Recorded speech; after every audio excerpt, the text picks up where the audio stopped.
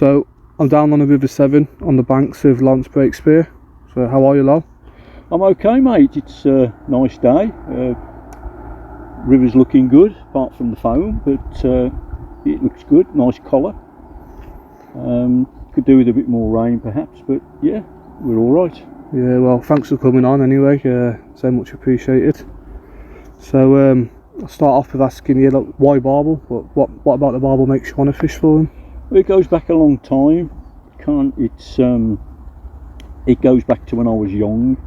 I'm talking about the late 60s, early 70s, and fishing was different in those days. Fish were seasonal. You fish for tench the start of the season, June the 16th, then you went into carp, then you might do a bit of roach or whatever comes along. And really, Barbel were always seen as an autumn fish. And living where I lived, virtually in the middle of Birmingham, there's only one river I could really fish as a young kid, and that was the Severn. And the Severn in the late 60s, early 70s, it was just coming on as a Barbel river. Bearing in mind they'd only been in the river for about 15 years, they'd been stopped. So it was just the odd trip, really. And then a young guy at Liverpool University, he's now a doctor, Dr. Peter Hunt, was getting his doctorate, and he wasn't a fisherman, but he chose Barbel to study as a species on the River Severn, a population study. And he put an advert in the Anglers Mail at the time and said he wanted anglers and so on and so forth. And the attraction was not just fishing for Barbel, is that we would get special permits, the specimen group that I was in. We'd all get specialist permits that would allow us to fish right the way through the season, because he wanted Barbel to be caught with rod and line from the start of the year to the end of the year. And that was it. And I just found that them as a species, I'm talking about 1971, I'm talking about a species that really captivated me. But it also fitted in with the way that I am, whatever I fish for. Not so much now, because I'm old now. But at that time, I was very, very keen. And whatever I fish for, and right the way through my fishing career, I've always, if I pick something, I specialise in it. I want to know everything about it. And at that time, there weren't that many people that Barbel fished. You've got the likes of Peter Wheat, Dick Walker, Fred J. Taylor, Peter Stone. Yes, they Barbel fish, but they weren't Barbel specialists. And getting involved with that research programme with Peter Hunt, who got his doctorate in the end, so he's Dr. Peter Hunt, really showed me what a fascinating species that they were. And not just here, on the continent. Europe, they were classed as a canary species. So if the Barbel were thriving and the Barbel were good, the whole of the river was surviving and the whole of the river was good. So it really, I wouldn't say I became a Barbel specialist at that particular time, but it was the temptation of catching the bigger fish from the lower Severn in the late 70s and mid 80s that really made me want to fish for nothing else but Barbel. Yeah, I can understand why it's so interesting. So that's what got you into your Barbel fishing. But can you tell us what Barbel fishing was like when you first started compared to what it's like now? Oh, it's totally different. We've heard the expression of carbling, where people use carp rigs, carp tackle, carp presentations to catch Barbel. No, nothing really wrong in that. But back in the day, you were looking at using, and I did right up until, the late 80s. I was using £1.25 rods, £10 Maxima line, Mitchell 300 reels. It would be classed as chub gear today.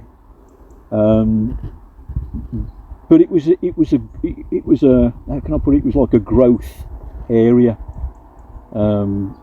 It was in its infancy. People have always caught Barbel. Even Isaac Walton talked about catching barbel in the 1700s.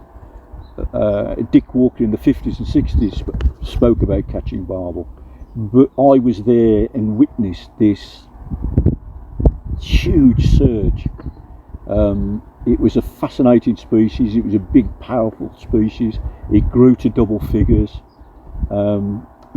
There were good rivers and bad rivers. You know, it was very difficult to catch a double figure fish in those times out of the River Severn. If you wanted double figure fish, you went places like the Hampshire Avon, Dorset Stour, some of the Yorkshire rivers, the Swale, and so on. So it was almost like seeing something come from nothing into what it is today. You know, and I've been there all the way through it, and it's still evolving now. Yeah. Although with the pressures that are on barbel, it's different now, but for the wrong reasons. Yeah, it's very busy now. Like, even I've noticed, like, I've been fishing for barbel for about 10 years now, and in them 10 years it's changed a lot, got a lot busier. Sometimes it's hard to like let anything out because someone's doing well somewhere, someone will jump straight in there. And yeah, I can imagine it's changed quite a lot. So what would you say has been your greatest moments in barbel fishing? Oh, it's a difficult one, that.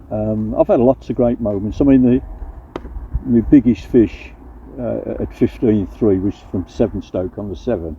And I have to say that was a great moment, although a bit of a disaster in its own right, because I was on my own. It was October, November, I can't remember the exact date. And I had this big fish. And these were the days of non-digital phones and cameras where you could take 100 pictures.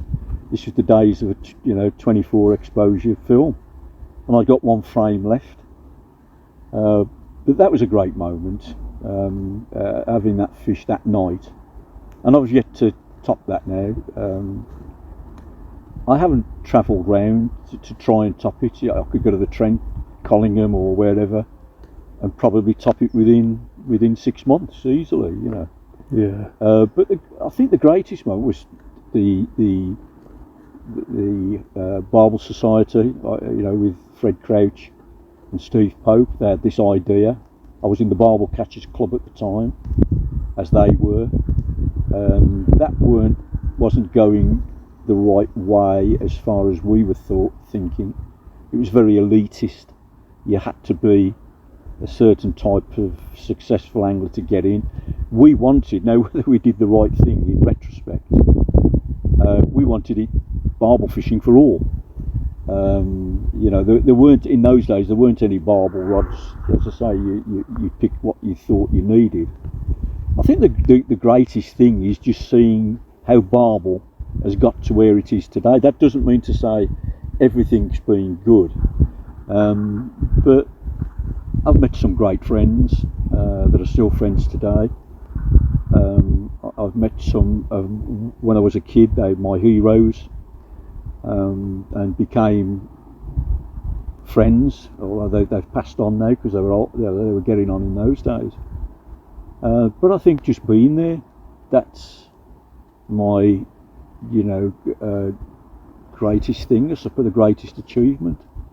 I was there at the start of this monster that we've got now, of barbel rods, barbel hooks, barbel reels, barbel this, barbel that, barbel baits, Yeah. But it's been a bit of a trip, but been enjoyable. Yeah, that's good. It's good. I know what you mean about the Trent. There's a few times when I mainly fish the middle Severn, like being close to home, and it's a few times and I think I'm struggling catching 8s, 7s. Sometimes go sessions without catching nothing, and I think I might take a trip up to the Trent. It's an easy option, but it's the driving that puts me off, really. But, well, that's true, and it is a trip. And I've always said to young men, I mean, I ruined 2 marriages because of barbel fishing, and that was fishing mainly on the Severn.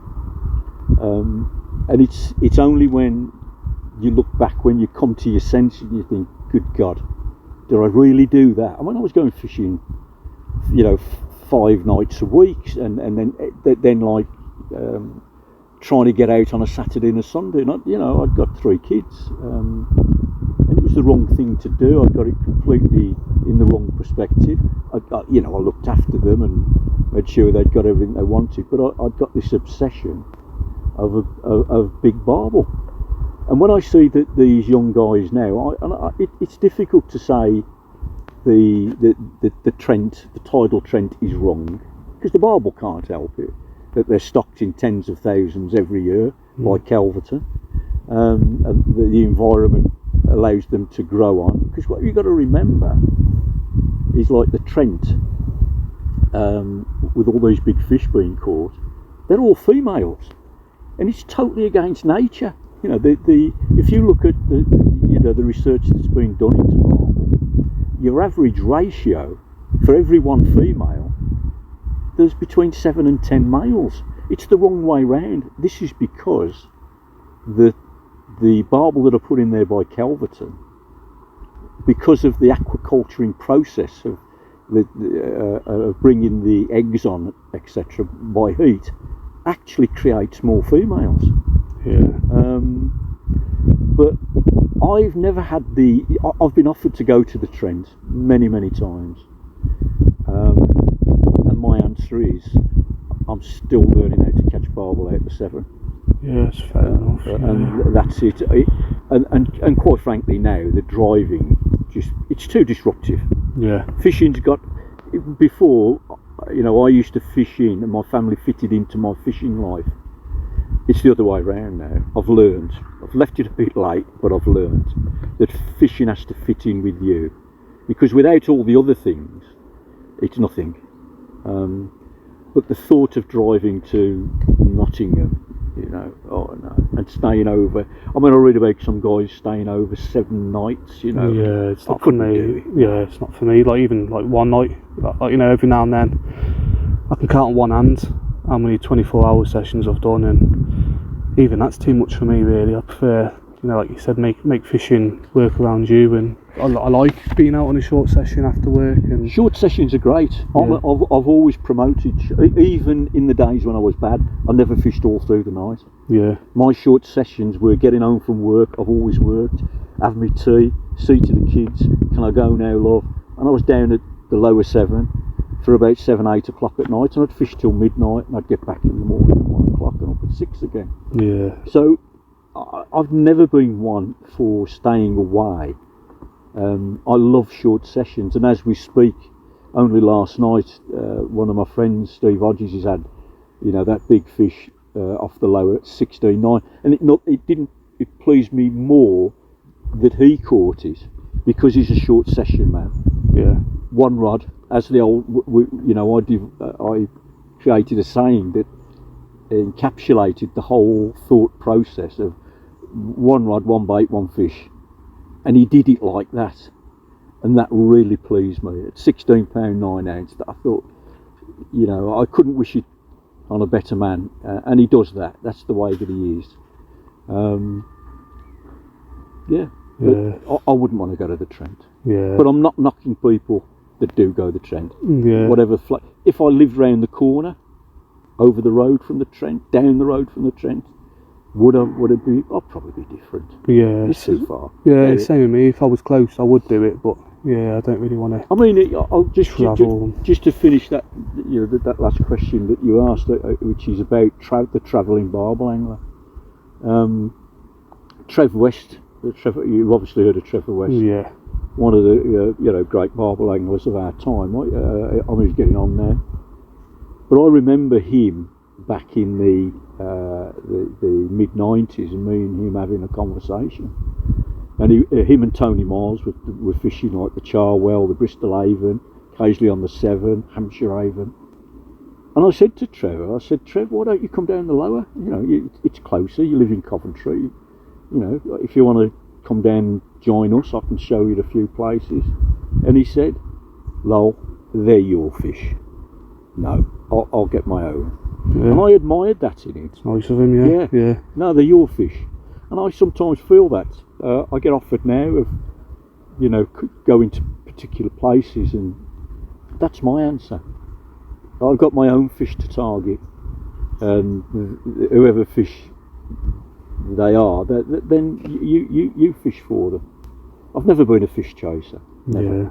Yeah. To be fair, I fell into that a few times, being a fish chaser, but it's an easy thing to do. Yeah, it is. Yeah, when you see a big fish, you think you know where it lives, and you think, oh, I wouldn't mind that. But it's a good answer. Yeah.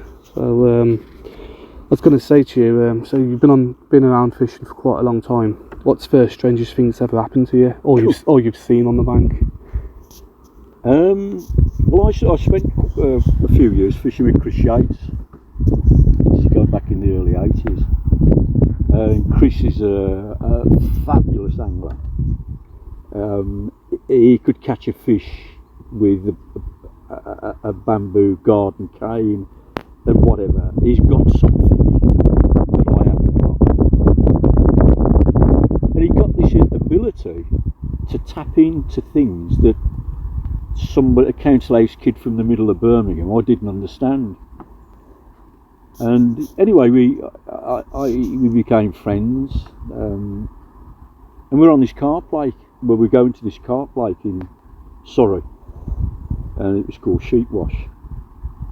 And Chris had always had these stories to tell of mysticism and the spiritual side, the philosophical side of angling, you know. And I understood it. And we were walking to this carp lake. It was the first thing in the morning, very early in the morning. The sun was just coming up. And he says, look, they've come to greet us. And I says, what? Who? What? He says, look at the end of the path. And it was like a pillar of mist. I can see it now. And he said, they wonder who you are. And I'm thinking, hey up, what's he on about here? Yeah. And he said, look, can't you see? And I froze to the spot. And it was just like the famous shot at Redmire when he described a parade of ghosts going across Redmire Pool. He said, it's two of them. And lo and behold, as I stared at this manifestation, it looked as if there were two people, and they were looking at us. He said, I'll go and tell them you're with me. And I just became riveted to the spot, speechless, and he walked ahead of me and stood in front of this pillar of mist. It was nowhere else.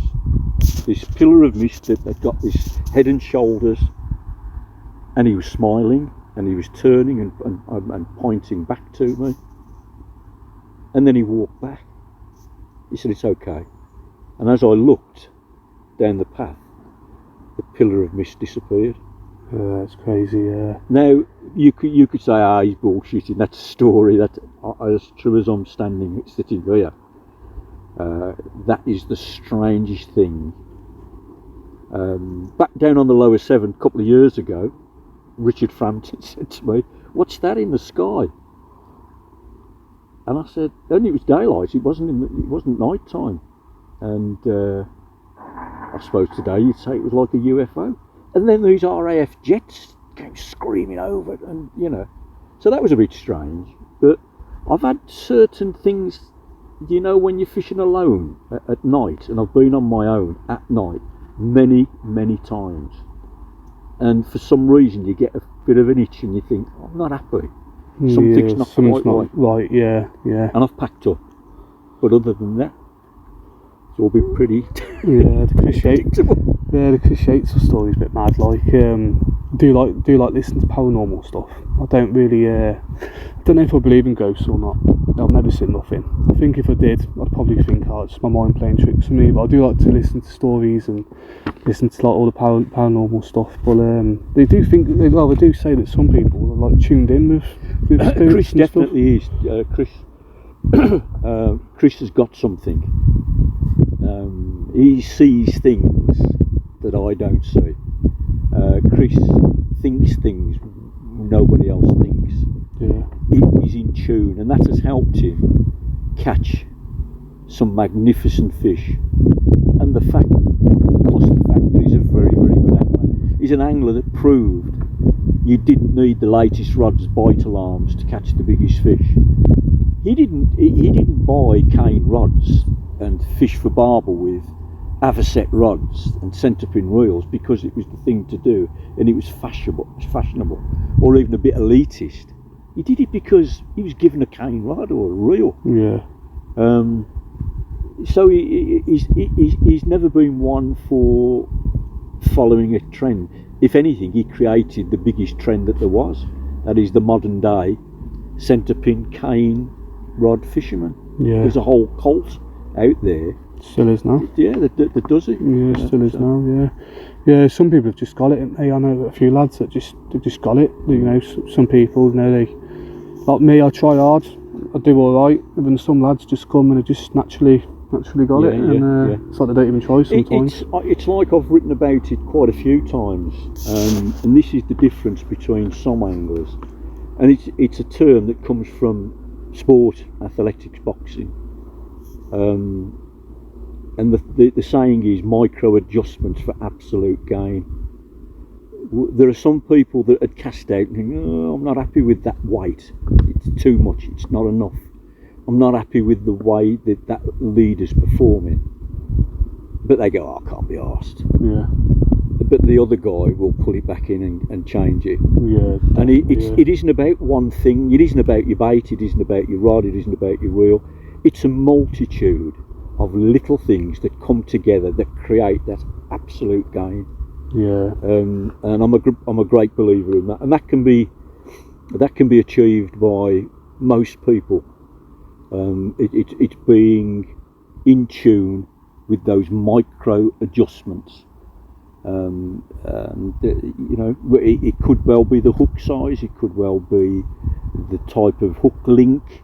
It could be all manner of things. And that's why the barbel side of things in coarse fishing really interested me as much as anything, because there were so many of those micro adjustments that I could make, and I'd got that ability to see that. I'd fished with some fabulous anglers, so I'd fed off them, and then I developed that ability to see where others were going wrong. And I used to say, just look at what everybody else is doing and do the opposite, because be no doubt they're doing it wrong. Sometimes they're lucky, but you can create your own success. Yeah, you're definitely right there. Yeah. So there's so many forms and styles of barbel fishing. Well, what's your favourite? What's your go-to? Oh, I think it's about the species as we know it. I only ever fish for big barbel.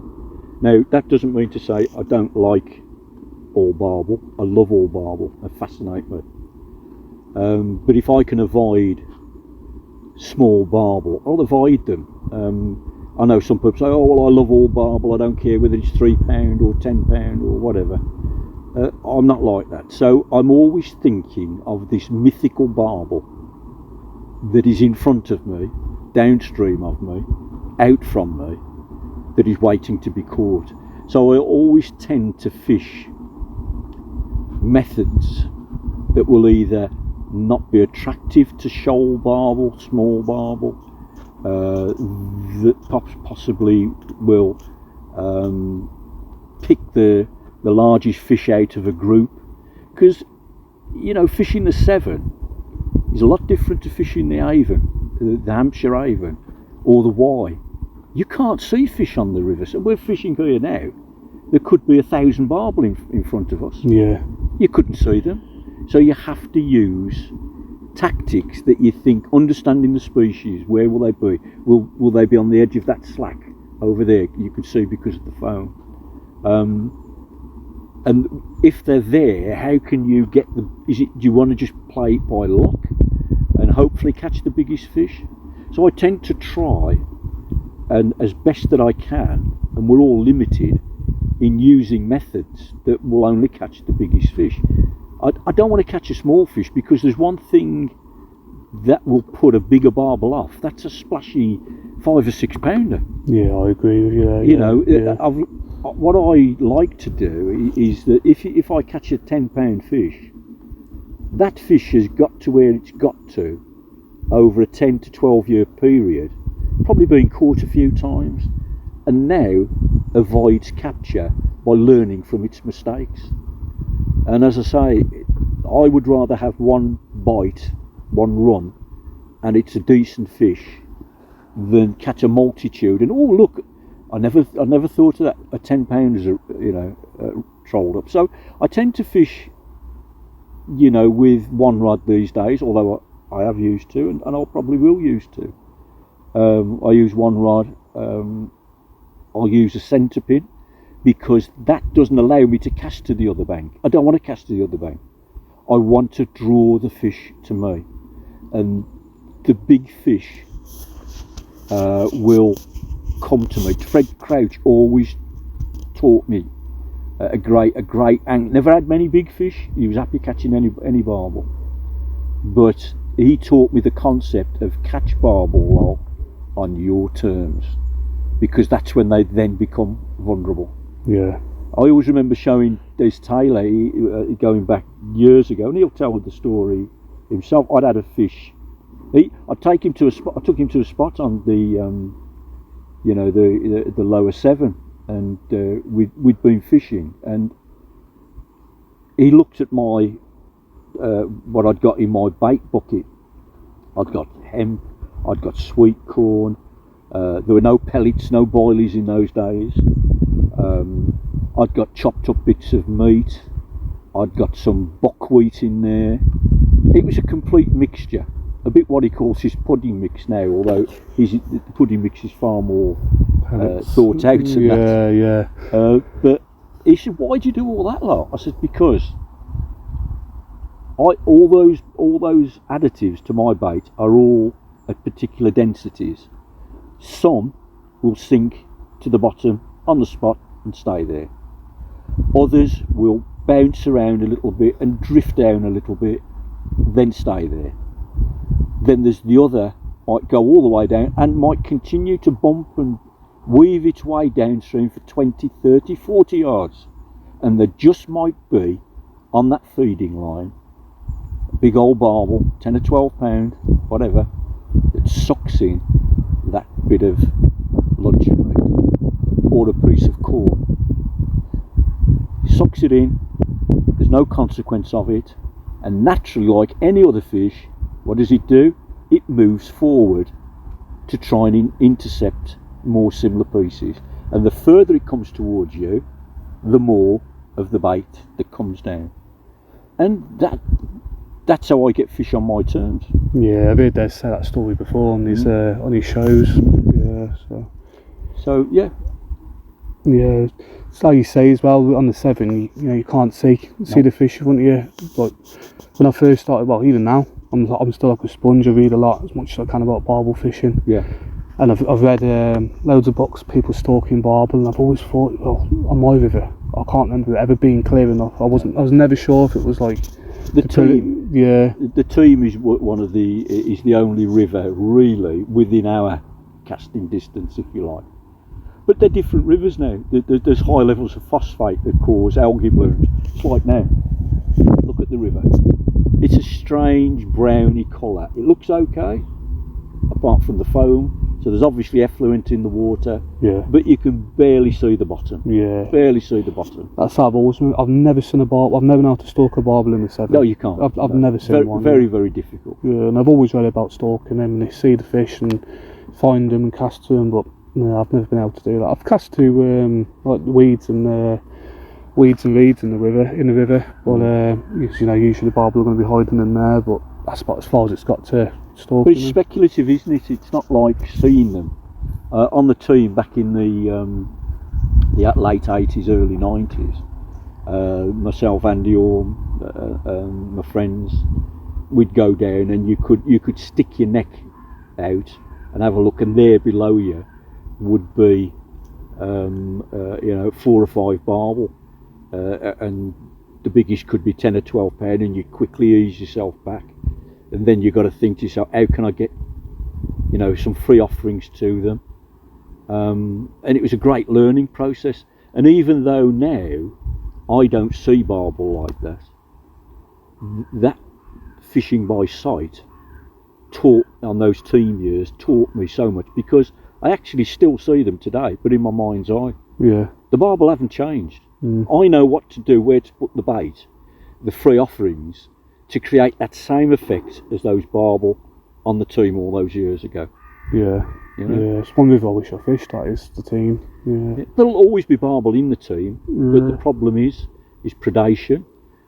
Yes, barbel still go up from the 7, but it's getting less and less and less. It's like the big fish on the lower 7. How long have they got left? I mean, you know, as I said earlier, Steve Hodges' big fish last night, it's got to be 25 years old. Barbel don't live forever. Yeah. You know, male barbel don't live beyond 7 years old. They die. You never see loads of dead bodies going down. They just give up, whether they have a heart seizure, heart attack, I don't know. But they do. Otherwise, they'd be littered everywhere, wouldn't they? Yeah, it's true. Yeah. So nothing lasts forever, and unless you've got that cycle of big females successfully spawning. And whilst we talk about, the 7's great, isn't it? There's been a 16 pounder caught. There's very few backup fish. They're very localised and they move out very, very quickly. There's no 14s. I mean, my second biggest barbel was 14-11. I think I've had about 13 pounders. I don't know how many 12s and that. Now, a lot of it was from probably up until 2015. I knew, I was aware of that mix. But since 2015, I've noticed that backup of, you know, of even big 8s and 9s have gone. Yeah. You either blank or you catch, you know, a decent fish. Yeah, that's why I need to get myself down the lower lattice before it's too late, before I leave it too late. And it's getting there now, and it's getting later and later, and like you said, they're not around forever. They're not. It's only an hour away as well, and what is an hour really, but yeah, I need to get myself down there. I mean, I still go down the lower now, but it's got to be right. There's so many factors that you've got to take into account.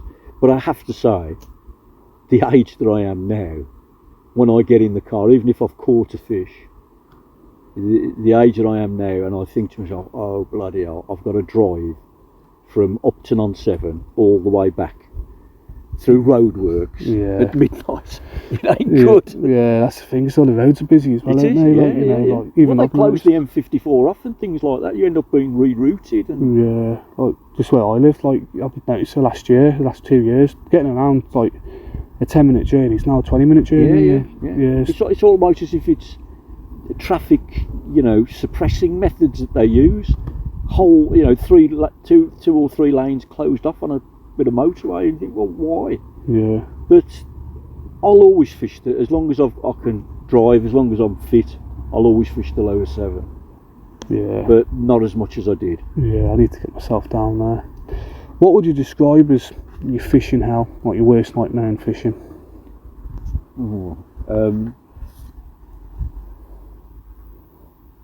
Is pollution.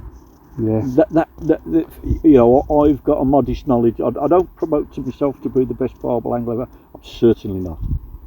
My knowledge of barbel is modest. I've been pretty successful, I suppose.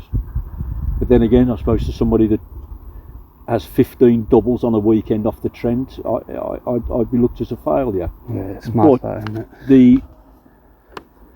I know that with my knowledge that I've got, it's pretty good. But when that river is carrying effluent or sewage, or what we can see now as foam, all the knowledge in the world won't help. There's nothing you can do about it. Yeah. And it's got to that point now that when I go on the middle 7 and you get there and, hey, it looks good, no foam. Yeah, I mean, I've done it only recently. I've gone.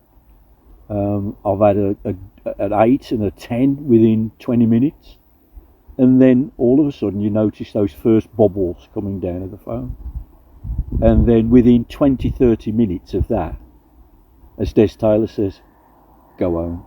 Yeah. You're wasting your time. Yeah, you're not getting a bite, are you? No. Nah. Whatever that is, my understanding is that what we're witnessing now is not raw sewage, it's effluent that's in the water, and that white detergent is a dispersal fluid that allows the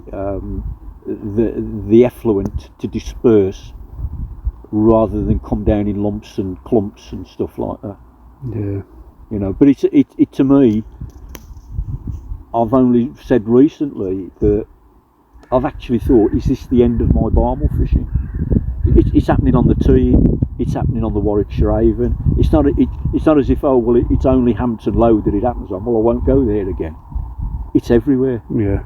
I mean, Hampton Load is, Coalport, 5 miles downstream. Hampton Load, way past Bridgenorth. I've seen it like this. Yeah. So there's something going on, Yeah. and that is barbel hell to me. Yeah. Because I haven't got the answers, Con. It's coming out everywhere as well, ain't it? Yeah. Like, you don't know where the source it's coming from. I ain't got a clue. That many outlets. Yeah, I And you mean, don't know what time it's going to come. If you knew it was going to be on from 1 o'clock lunchtime till 5 o'clock at night, you could avoid those times. yeah. But you ain't got a clue. No, that's right, yeah. I mean, Des Taylor the other day,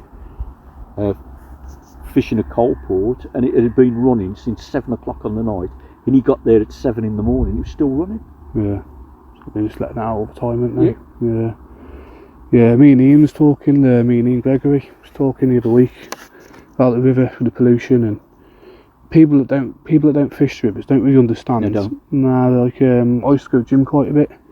As I was saying to Ian, there's a few lads on there, and they get up early in the morning before work, 5 o'clock in the morning, go down the river, down at Coalport, and they all get in the river, a bunch of them together, and we do like a cold water bath, like. And but I said to a few lads, you don't know how bad this is, and I've shown them, sent them links to like stuff on Google about how bad it is, and they're all like, whoa, no way.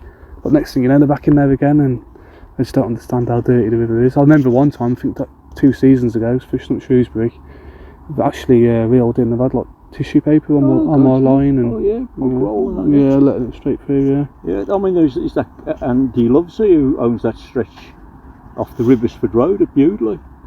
He was on the telly the other day. He was on there. He's got lots of lovely stretch that he's got. Excuse me, let me just kill his. That's all right. To the listeners.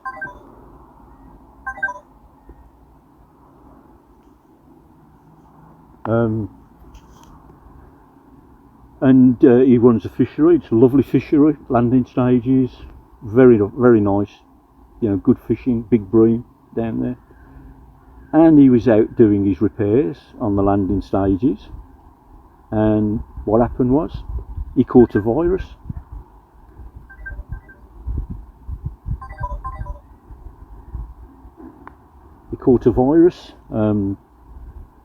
So bad that they didn't know what it was, or they could tell him that it was waterborne. Yeah. This river has got E. coli running through it. It's had COVID. It's had the HIV variant running through. All this has been found in the testing, and it's got the title, and I find it hard to believe, but I do believe it. It's got the title of being the most polluted river in the country. Yeah. It's our River Severn. Yeah. It's mad, ain't it, really? Like, I think every single river failed, didn't it? It is. Yeah, every single river failed, yeah.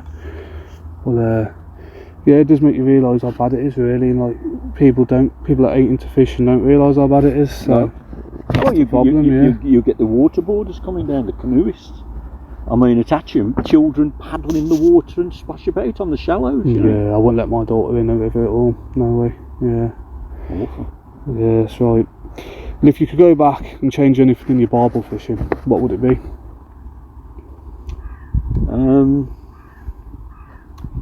Well, if I knew then what I know now, I'd have the record, I suppose. I don't know. What would I change?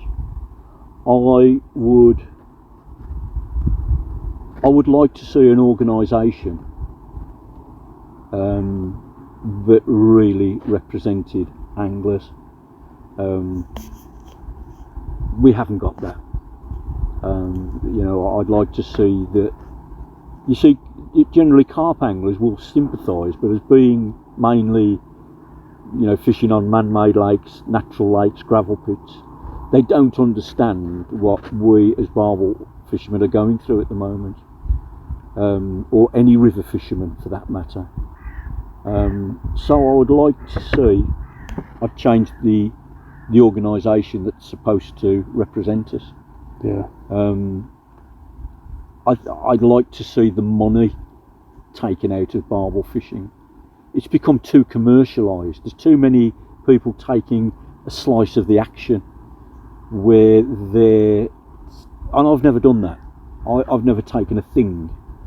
So it's allowed me to be critical and say the things that I want to say in defence of the river, the barbel. I suppose we'd all like to change a lot of things, but I'd just like to see an organisation that truly represents us and is not just a mouthpiece for the EA or DEFRA, the government, you know. Yeah, no, you're definitely right there. It's like, yeah, definitely does need something to happen.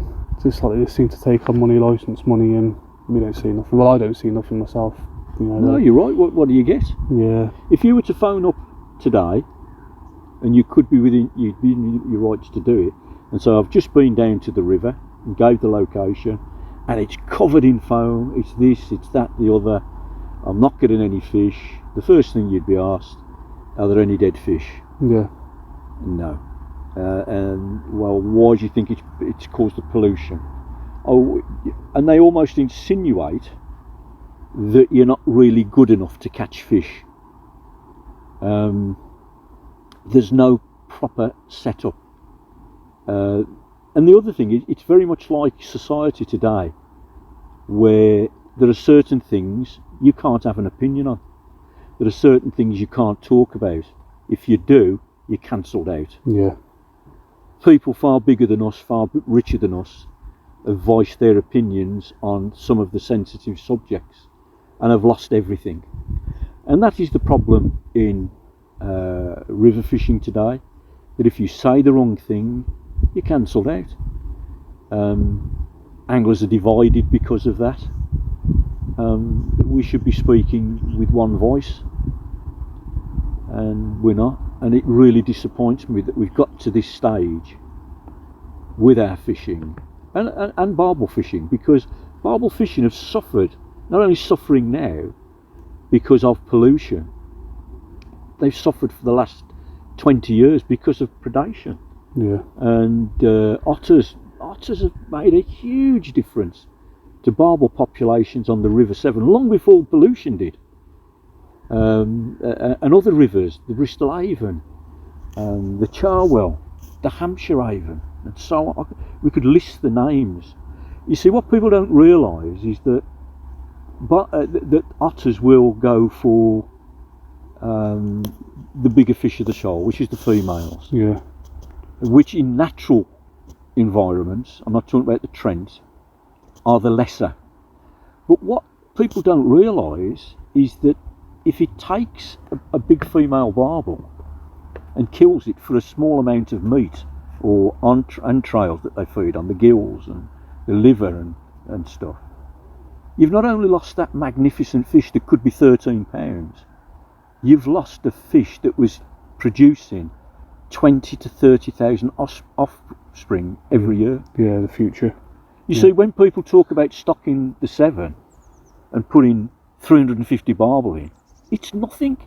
Nature has proven for a species to survive, they have to produce tens of thousands of offspring. You know, fingerling barbel, if you were to put 1,500 fingerling barbel in a river and think, oh, that's great, we'll be catching them. First of all, what sex are they? But the rate that those fish will go into demise, there's only 1% or 2% maximum that will survive. That's just the natural environment. Yeah. So that's why nature, over tens of thousands of years, have made barbel and other species produce 20,000 eggs. Now, if you've got 10 double-figure barbel that produce 200,000 eggs, 20,000 eggs, that's 200,000 every year that is being created. So otters have devastated rivers. Yeah. Whether you don't want to admit it or whatever, that's fact. And now we're getting a pollution problem. Yeah. Which is like a double kick in the teeth, isn't it? Yeah, it's mad how many people don't really... Don't want to have it. Yeah, they think the otters, they think they don't eat fish, and, you know, the big fish, like you said, they usually get the big fish, the females.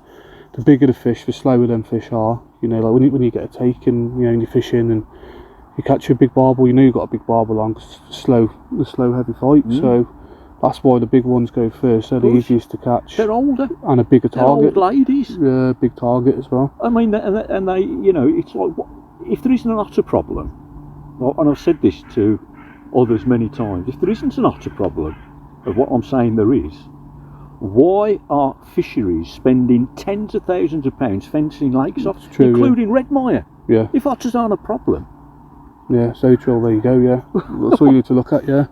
You know, a pool is no different to a river. Yeah. Apart from you can make a pool safe. Exactly. You can wire it off. Yeah, you can't do that with a river, can You you? can't. Yeah, it's crazy. Like when I see people comment about it on Facebook and stuff, and like some people just. But it's again, though, it's the society that we live in. It's what we call virtue signalling. It ain't cool, you know, to say things like, you know, well, we don't want to kill all otters, but let's just manage them. Yeah. They manage everything else. They manage grey squirrels. They manage deer. They shoot deer around here, you know, to keep the numbers down. Yeah, it's true. Yeah. You know, let's manage them one way or the other. But to think to put in a, you know, I mean, I get sick to death now of seeing the EA and various nature groups releasing voles into certain areas. It's only otters that have decimated the vole population. Yeah. But they won't admit it. Yeah. So they're not getting rid of the problem, are they? They're just putting more in there. Yeah. Crazy. And they're still releasing them now. Yeah. Well, you'd think with all the power of social media, if we all got together. Can you imagine how, you know, if we all got together and we was all on the same side? Absolutely. Well, as I said, that's what we lack. Yeah. We lack a body, and it ain't the Angling Trust, I can assure you, because they're not interested. They're a mouthpiece for the government. They're a quango. In other words, they just do what they're told. They say what they're told. They won't do that. Well, in essence, what they should be saying, like, let's get 1 million men, let's get 1 million anglers march through London. Let's bring it to a standstill. Yeah. Yeah. And then people will say, well, why are you doing this? These are the reasons why we're doing it. But it won't happen. No, I don't think it ever will. It's too divided. It is? Yeah, it's too divided. I think it always will be as well. Yeah. Well, alright then, Lyle, where can you see your fishing going in the future? I think I'm too old to make any massive changes now. I like fishing local. I think it's going to get harder as you get older anyway. I mean, my knees have gone. That's like these banks in front of us. It's 30 to 40 years of standing on banks like that. My knees aren't as good as what they were, so I have to be very careful in, you know, the areas that I fish, the swims that I fish. It's, you know, at the end of the day, you know, this is a spate river. You can tell by the banks. It can be a very, very dangerous place. And I've always said, you know, when this river's got 10 or 12 foot on it, raging through, be afraid, be very afraid, because that can swallow you like nobody's business. And it's happened to me. I fell in the team once, many years ago, 94, 95. And it was a team that was the same. He'd got 10 foot on, and I thought I'd had it, but, you know, thank the Lord that I come out of it. But so I have to be very, very careful. That limits me a little bit more, but there's still a part of me that I'm still a big barbel hunter. I'd still like to catch. I always said that if I caught If I'd have caught the £16.9 that Steve Hodges had last night, I'd never fish for Barbel again. I'd go on to something else, because the fat lady would have sung then. Yeah. And that's it for me. Good night, Josephine, you know? You reckon that'll do it for you? And that'd do it that way. But the longer my life goes on, the more difficult that's going to be. But, you know, I'm just as happy fishing on the middle 7 now. I've got to work out the times to fish because of this bloody pollution business. But I still get excited when the centre pin screams off, and you know, I hook into a 10.5 or something like that. Yeah, still a big fish as well for the area, for the middle. Oh, it is, and there's bigger fish to catch. I mean, my biggest from Hampton Load is 1310, which you know, was a great fish. I've had numerous 12s and 11s. Yeah. From that part of the river. So there's always a chance of a big fish. There's always a chance.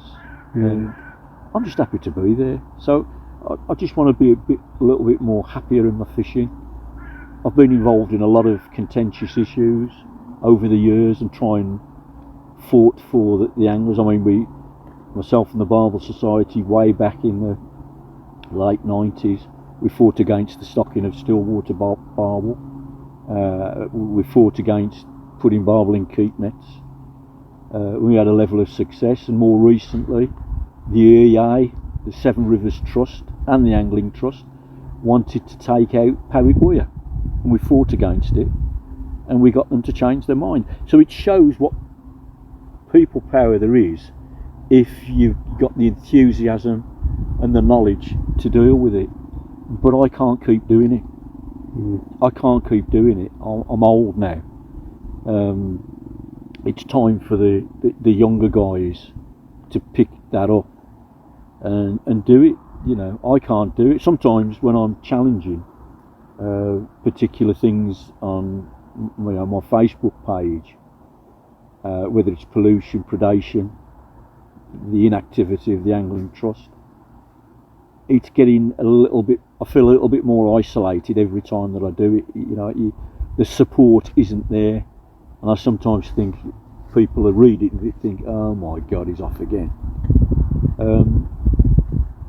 But everything that I've always done for the interest of anglers in general, but and also barbel fishermen. Whatever I've done, I've always done it with a good heart and trying to make things better. But it just gets harder to do that, can't it? You know? Yeah, barbel fishing definitely needs people like you anyway, 100%. Well, I ain't going to be around all the time, mate, so perhaps it's up to you. Yeah, hopefully, yeah. Nice to make a change, yeah.